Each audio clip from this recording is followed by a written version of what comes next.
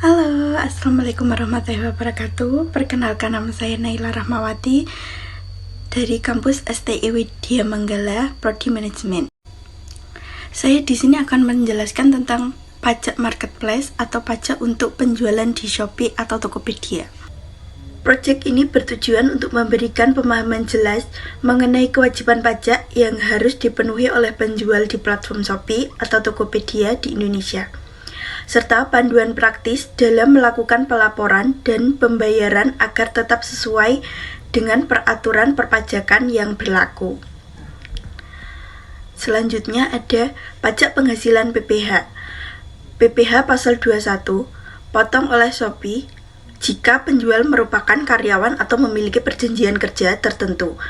Jika bukan, penjual wajib berhitung dan membayarkan sendiri berdasarkan penghasilan bersih.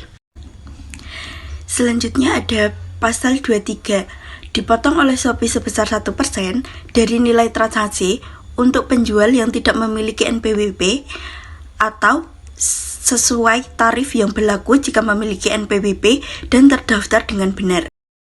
Selanjutnya ada pajak pertambahan nilai atau PPN dan pajak daerah. Pajak pertambahan nilai yang pertama wajib dipungut jika penjual merupakan pengusaha kena pajak atau PKP dengan omset tahunan sebesar 4,8 miliar. Yang kedua, nilai PPN yang harus dipungut adalah 11% dari nilai transaksi dan harus dilaporkan serta dibayarkan setiap bulan. Pajak daerah, pajak penghasilan badan daerah, PPh badan daerah, atau pajak reklame jika menggunakan fitur promosi berbayar yang melibatkan reklame sesuai peraturan daerah tempat penjualan beroperasi. Selanjutnya, ada cara untuk daftarnya. Yang pertama, daftar NPWP terlebih dahulu.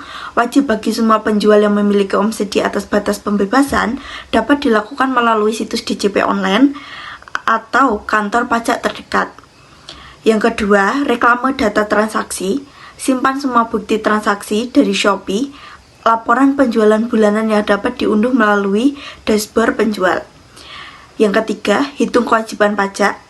Gunakan data transaksi untuk menghitung jumlah pajak yang harus dibayarkan sesuai jenis pajak yang berlaku. Yang keempat ada laporan melalui DJP online. Gunakan aplikasi e-filing atau situs resmi Direktur Jenderal Pajak untuk mengajukan SPT secara berkala, atau bulanan untuk PPN, PPh pasal 23, tahunan untuk PPh pasal 17. Selanjutnya, yang terakhir, ada bayar pajak. Lakukan pembayaran melalui rekening bank yang bekerja sama dengan DJP, ATM, atau layanan pembayaran elektronik yang telah terintegrasi.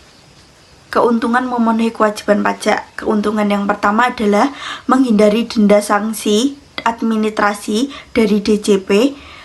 Yang kedua, dapatkan bukti kepatuhan pajak yang berguna untuk pengajuan kredit atau perizinan usaha. Yang ketiga, mendorong pertumbuhan usaha yang sehat dan sesuai dengan peraturan hukum. Yang terakhir, mendapatkan hak untuk mengajukan pengembalian pajak yang berlebihan jika ada. Selanjutnya ada pajak penghasilan atau PPh final untuk UMKM. Berdasarkan PMK nomor 37 tahun 2025 yang berlaku melalui 14 Juli 2025, marketplace akan memotong PPh final sebesar 0,5% dari omset bagi penjual dengan omset tahunan antara 500 juta hingga 4,8 miliar. Jika penjual tidak memiliki NPWP, tarif akan menjadi 1%. Pajak pertambahan nilai atau PPN, Shopee dan Tokopedia telah ditunjukkan sebagai pemungut PPN untuk transaksi melalui sistem elektronik sampai Februari 2025.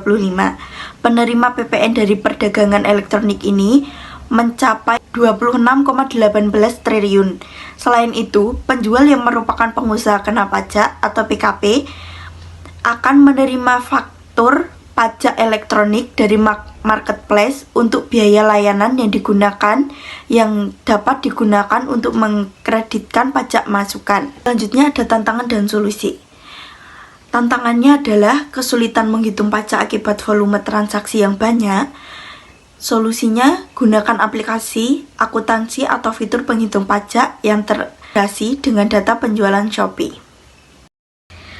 Contoh tantangan utama untuk penjualan di marketplace, yang pertama ada kompetisi yang sangat ketat. Banyak penjual menawarkan produk serupa, sehingga sulit untuk menonjol dan menarik perhatian pembeli. Yang kedua ada biaya operasional yang beragam, termasuk biaya komisi marketplace, biaya iklan, biaya penyimpanan barang, dan biaya pengiriman yang bisa mengurangi keuntungan.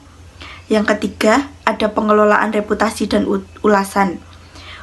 Ulasan buruk dari pembeli bisa sangat mempengaruhi penjualan dan mengenai keluhan pelanggan perlu waktu serta ketelitian. Nah, itu dia pembahasan dari saya. Terima kasih yang sudah menonton. Jangan lupa like dan share video ini. Semoga bermanfaat bagi kalian. Dadah, wassalamualaikum warahmatullahi wabarakatuh.